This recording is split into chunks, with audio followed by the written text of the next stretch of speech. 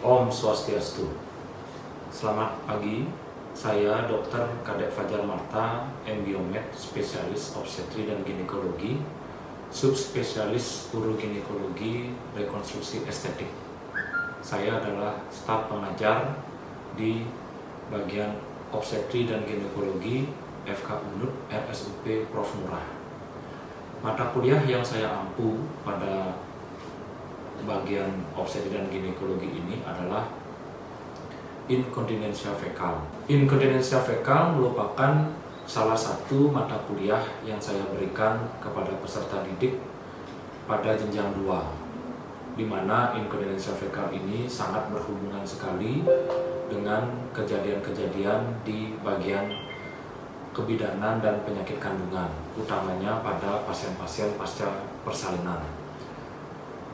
Metode-metode yang saya berikan pada topik ini adalah, yang pertama adalah memberikan tatap muka, yaitu memberikan tentang ilmu apa sebenarnya inkontinensia fekal tersebut. Kemudian saya lakukan interaksi, seandainya ada peserta didik yang masih kurang jelas, maka di sana terjadi diskusi atau tanya jawab. Kemudian selanjutnya saya lanjutkan pada pasien-pasien yang ada di poliklinik. Saya melakukan pengawasan dan melakukan bimbingan terhadap adik-adik peserta didik yang sedang melakukan pemeriksaan pada pasien-pasien dengan inkontinensia fekal. Setelah pasien inkontinensia fekal di poliklinik akan rencana dilakukan operasi, maka pasien ini dilakukan rawat inap di ruangan yang khusus untuk pasien-pasien ini. Nah, di ruangan 1 hari sebelum operasi, maka saya akan mengajak peserta didik untuk melihat dan memastikan secara pasti serta menjelaskan kepada pasien ulang sekali lagi apa yang akan dilakukan tindakan operasi pada esok harinya. Dan kemudian pada saat operasi, saya juga melakukan bimbingan terhadap adik-adik peserta didik untuk melakukan tindakan operasi pada pasien-pasien inkontinensia fekal. Nah, untuk metode evaluasinya adalah, yang pertama ada ujian di tengah semester, jadi nanti adik-adik akan menjawab beberapa soal. Kemudian ada juga pantung, jadi pantung ini adalah suatu ilustrasi kasus yang akan diberikan oleh penguji kepada adik-adik, sehingga adik-adik akan digiring untuk seolah-olah mendapatkan kasus yang sudah biasa ditemukan pada praktek sehari-hari. Kemudian ada presentasi jurnal, itu jurnal reading. Jadi kita menyarankan adik-adik peserta didik untuk mencari salah satu jurnal yang ada hubungannya dengan topik ini dan mempresentasikan apa isi dan bagaimana telaah pada jurnal tersebut. Kemudian yang berikutnya adalah ujian akhir, di mana ujian akhir ini terdiri dari ujian wawancara dan dikombinasikan juga dengan ujian. Selamat pagi adik-adik PPDS ya. Adik PPDS, hari ini saya akan menjelaskan tentang suatu topik yang berjudul inkontinensia fekal. Inkontinensia fekal itu, inkontinensia itu artinya tidak mampunya seseorang mengontrol.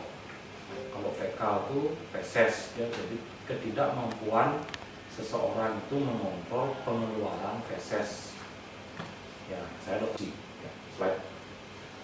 Nah, setiap persalinan itu 85% pasti akan mengalami suatu robekan di daerah perineum. Tindakan yang meningkatkan risiko kejadian feses itu tidak terkontrol dengan baik. Yang pertama adalah bayi besar, nah itu persalinan menggunakan forceps. Yang ketiga dengan vakum. Yang keempat perineum yang pendek, jadi jarak antara dinding bawah vagina dengan anus itu yang pendeknya. Ya, perineum itu sebenarnya adalah suatu daerah yang terletak antara tepi bawah vagina sampai dengan anus. Selamat pagi, Dr. Fajar Marta, spesialis obstetri ginekologi, subspesialis uroginekologi konsultan, dan juga teman-teman PPDS. Mohon izin, saya dari perwakilan izin tingkat senior A, saya B3, izin untuk membacakan jurnal reading mengenai fisioterapi untuk pencegahan dan pengobatan inkontinensia fekal pada wanita. Jadi wanita dengan penyebab yang paling umum itu adalah kerusakan atau kelemahan pada otot sphincter ani dan atau otot dasar panggul serta perubahan neurologis pada sistem saraf pusat atau perifer. Untuk inkontinensia fekal ini dibagi menjadi beberapa subtype, yaitu ada yang pasif, ada yang mendesak karena teman, dan ada yang exercise inkontinensia. Untuk faktor risiko ini sendiri ada karena usia, kemudian jenis kelaminnya perempuan, obesitas, merokok, farmakoterapi, dan kelemahan dan trauma pada pelvic floor muscle.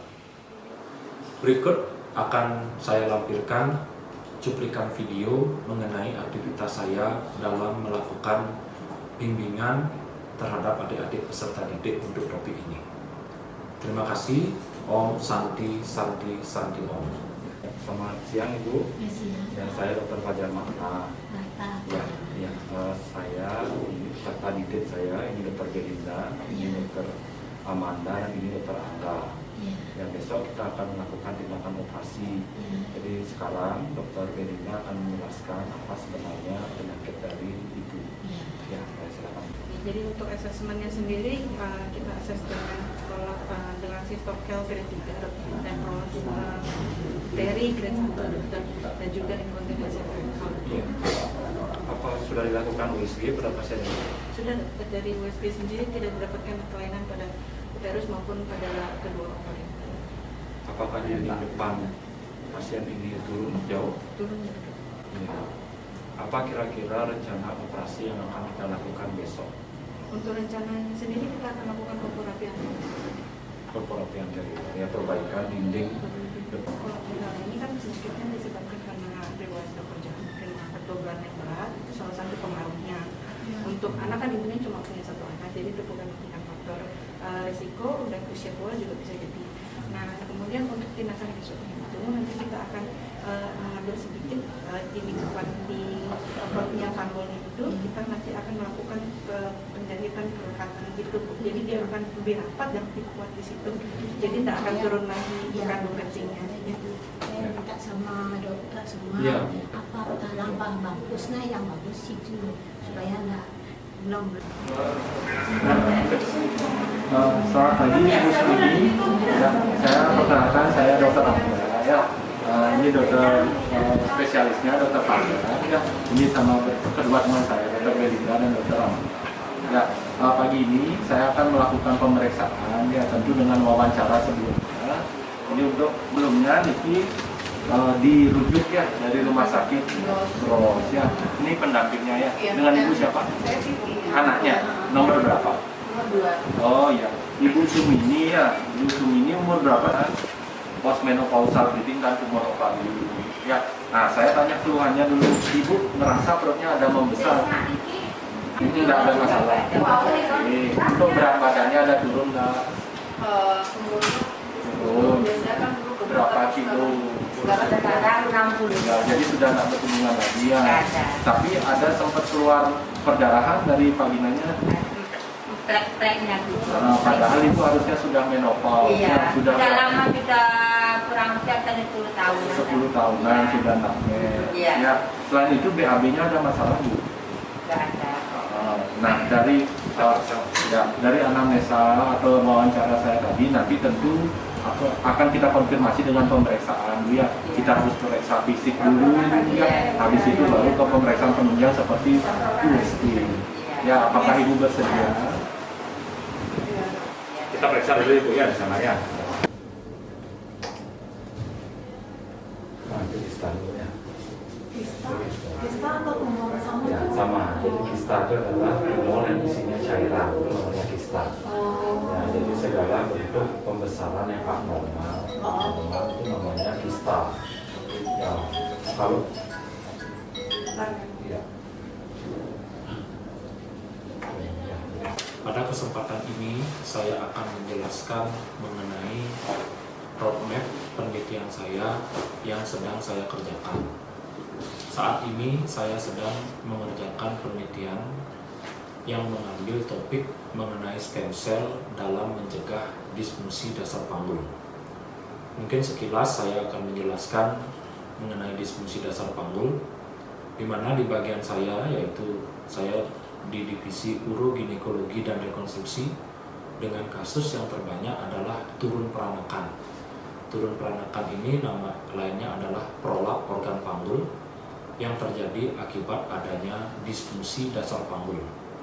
Disfungsi dasar panggul ini akan menyebabkan 4 gangguan. Yang pertama adalah prolap organ panggul, yang kedua adalah inkontinensia urin, yang ketiga adalah inkontinensia fekal, dan yang keempat adalah disfungsi seksual. Nah, di sini saya melakukan penyuntikan stem cell pada pasien-pasien menopause yang merupakan faktor risiko untuk terjadinya disfungsi dasar panggul. Jadi stem cell ini saya suntikkan kepada dinding panggul yang nantinya apabila sudah bisa diaplikasikan di manusia akan disuntikkan pada otot dasar panggul, sehingga kita harapkan dapat mencegah disfungsi dasar panggul, sehingga kejadian-kejadian prolap organ panggul, inkontinensia urin, inkontinensia fekal, dan disfungsi seksual dapat kita kurangi. Stem cell ini saya ambil dari tikus. Ada 2 area yang saya ambil. Yang pertama adalah dari umbilical cord pada tikus yang sedang melahirkan, yaitu pada darah tali pusat. Kemudian yang kedua adalah pada area lemak di daerah perut. Nah, kita proses untuk menjadi stem cell dan kita lakukan penyuntikan pada dinding anterior vagina tikus. Sebelumnya tikus ini kita lakukan menopause dengan cara mengangkat indung telurnya dan kita diamkan selama 2 minggu.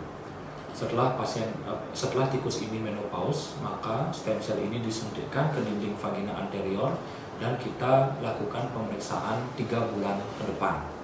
Setelah 3 bulan, maka tikus ini akan diperiksa dinding anterior yang kita suntikkan, yaitu kandungan kolagen 1, kolagen 3, elastin, dan masih banyak lagi parameter atau variabel-variabel yang kita cek, seperti misalkan ada fibulin 5, ada tenaskin, ada matriks metaloproteinase, dan tisu inhibitor matriks metaloproteinase.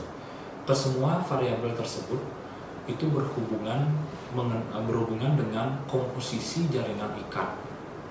Nah, kegunaan dari penelitian ini adalah kita harapkan nanti ke depannya apabila sudah dapat diaplikasikan pada manusia, maka kita harapkan kejadian disfungsi dasar panggul pada pasien-pasien perempuan pasca menopause itu menurun, sehingga ini dampaknya kepada kualitas hidup dari pasien tersebut. Penelitian ini, yang pertama, penelitian stem cell masih sangat jarang sekali dilakukan, apalagi di Indonesia. Kemudian yang kedua, masih sangat jarang melakukan penelitian sebelum disfungsi dasar panggul itu terjadi, karena selama ini penelitian-penelitian yang ada di Bali maupun di Indonesia, penelitian dilakukan pada disfungsi dasar panggul yang sudah terjadi. Nah, penelitian saya ini, pemberian stem cell ini bertujuan untuk mencegah. Jadi sebelum disfungsi dasar panggul terjadi, saya memberikan stem cell supaya mencegah terjadinya disfungsi dasar panggul. Kemudian yang ketiga, di dunia itu sendiri penelitian-penelitian tidak banyak parameter yang dinilai pada kejadian disfungsi dasar panggul. Pada beberapa belahan dunia sudah pernah dilakukan penelitian tentang stem cell ini, hanya parameter atau variabel yang diteliti tidak banyak, hanya melibatkan kolagen saja. Pada penelitian saya ini, saya lebih banyak melakukan pemeriksaan yaitu terhadap komposisi jaringan ikat seperti kolagen 1, kolagen 3, elastin, fibulin, tenaskin, matriks metaloproteinase, tisu inhibitor matriks metaloproteinase. Nah, di mana nanti apabila setelah penelitian ini jadi, dapat dilakukan pengembangan-pengembangan yang lebih luas lagi terhadap stem cell. Karena penelitian stem cell ini sekali lagi masih sangat jarang sekali dilakukan. Untuk stem cellnya sendiri kita buat di Laboratorium Imunologi dan Veteriner bersama pembimbing saya Profesor Dr. Hewan Inyoman Mante Astawa, PhD. Stem cell tersebut kita ambil dari dua area, yaitu yang pertama adalah dari area tali pusat pada tikus yang saat melahirkan, kita ambil pada daerah tali pusat tikus, kemudian kita kembangkan untuk menjadi stem cell. Kemudian yang kedua adalah dari area perut, dari bagian lemak. Nah, stem cell yang akan kita lakukan atau yang akan kita berikan kepada tikus adalah mesenchymal stem cell. Adapun latar belakang saya melakukan penelitian ini adalah angka kejadian dari disfungsi dasar panggul yang tinggi, sehingga ini berdampak pada kualitas hidup perempuan. Dan saya ingin melakukan pencegahan terhadap kejadian disfungsi dasar panggul ini. Selama ini penelitian-penelitian yang sudah ada adalah hanya memeriksa parameter-parameter atau variabel-variabel pada pasien yang sudah mengalami disfungsi dasar panggul dan sudah ada gejala, yaitu pola organ panggul atau inkontinensia urin atau inkontinensia fekal dan disfungsi seksual. Pada penelitian ini saya ingin lebih memfokuskan pada upaya pencegahan, sehingga dengan kita melakukan pencegahan, angka kejadian dari disfungsi dasar panggul ini dapat kita kurangi. Mengenai metode penelitian, saya melakukan penelitian eksperimental dengan post-test only randomized control group design. Pada penelitian ini tidak memungkinkan saya melakukan pre dan post-test, karena apabila saya melakukan pre-test, maka tikus-tikus tidak dapat saya observasi untuk melakukan post-test, karena untuk penilaiannya tikus-tikus ini harus dimusnahkan. Nah, kemudian untuk pembagian jumlah sampel, maka saya membagi tikus ini menjadi 3 grup.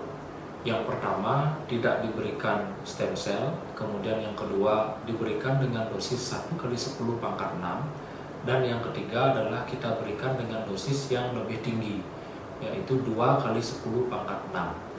Harapan saya adalah dengan pemberian dosis yang lebih tinggi, maka kadar kolagen, elastin, dan komposisi-komposisi jaringan ikat lain akan memiliki kadar yang lebih tinggi nantinya pada otot dasar panggul tikus tersebut. Pada kesempatan ini saya akan memaparkan sedikit mengenai aktivitas pengabdian kepada masyarakat yang pernah saya lakukan. Sebagai seorang dosen, maka kita harus wajib mengamalkan tridharma perguruan tinggi, yaitu pendidikan, penelitian, dan pengabdian masyarakat. Selama saya menjadi dosen, maka beberapa aktivitas pengabdian masyarakat pernah saya lakukan. Di antaranya yang pertama adalah karena saya bertugas di Rumah Sakit Umum Pusat Prof. Ngurah, setiap hari saya melakukan pelayanan kepada masyarakat baik di poliklinik, di ruangan, di ruang operasi. Kemudian pengabdian masyarakat yang kedua, saya pernah melakukan pengabdian masyarakat di Desa Penyaringan Negara dalam hubungannya memberikan pelayanan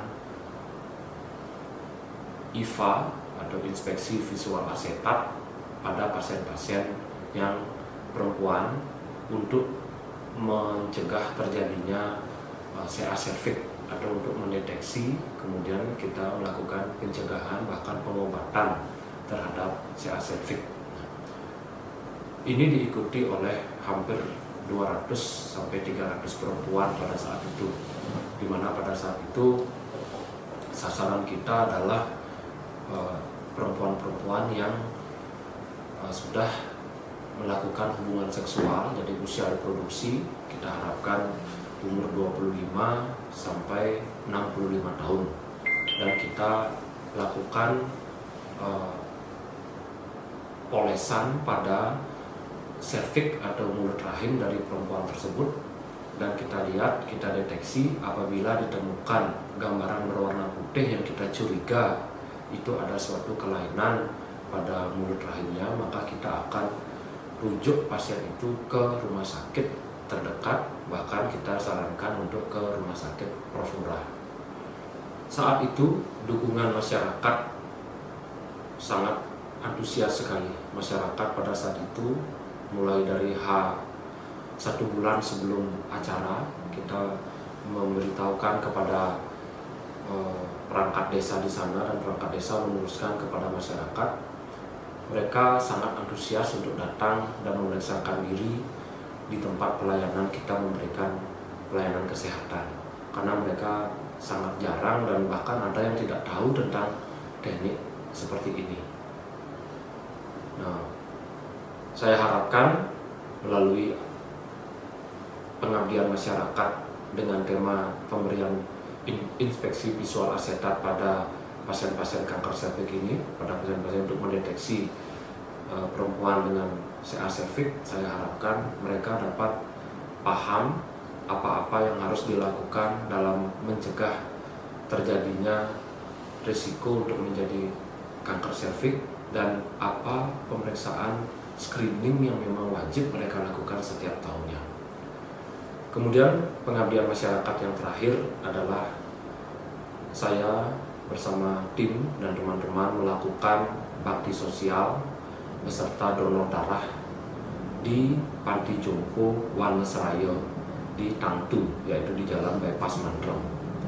Nah, acara pertama memang kita lakukan adalah donor darah yang dilakukan di PMI Rumah Sakit Umum Pusat Prof. Ngurah.